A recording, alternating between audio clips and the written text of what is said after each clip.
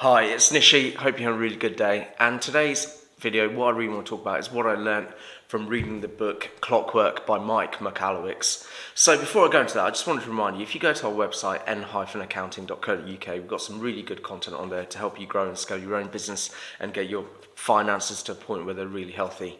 So back to this, what I learned from the book Clockwork by Michalowicz. So it's quite an interesting story actually. I was walking the West Highland Way and I was listening to this book, audio book, while I was actually walking, and I must have walked miles just listening to this book. And I think there's 2 points that really stuck to me. So what is the book about? Well, Clockwork is all about getting your business to run without you.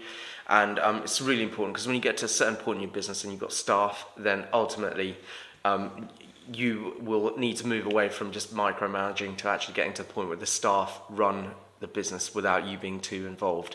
So that's why Clockwork's a really important book. So there's 2 main lessons. And so one of the things Clockwork really talks about is something they call the queen bee role.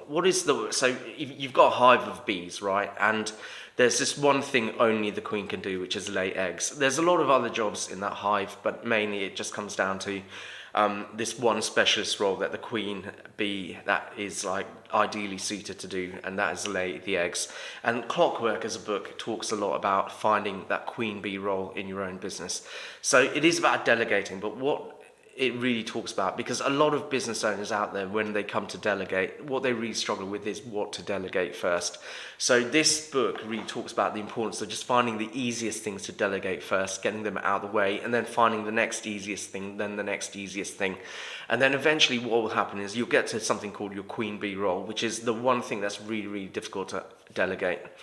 You will, before you get to that role, find several other things that are really difficult to delegate, but when you start prioritizing those, what you'll find is that there is one thing that's harder to delegate than all the others, and that is a queen bee role. And that's one role typically you would hang on to yourself, or you would get someone in at a high level to take over from you. So that's one of the key things I learned, prioritize your delegation.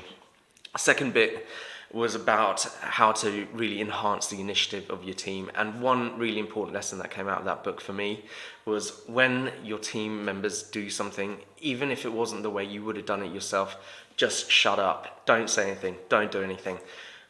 Ultimately, one of the biggest ways to destroy initiative in a team and impact your ability to delegate is by criticizing a member of the team in the way they did something.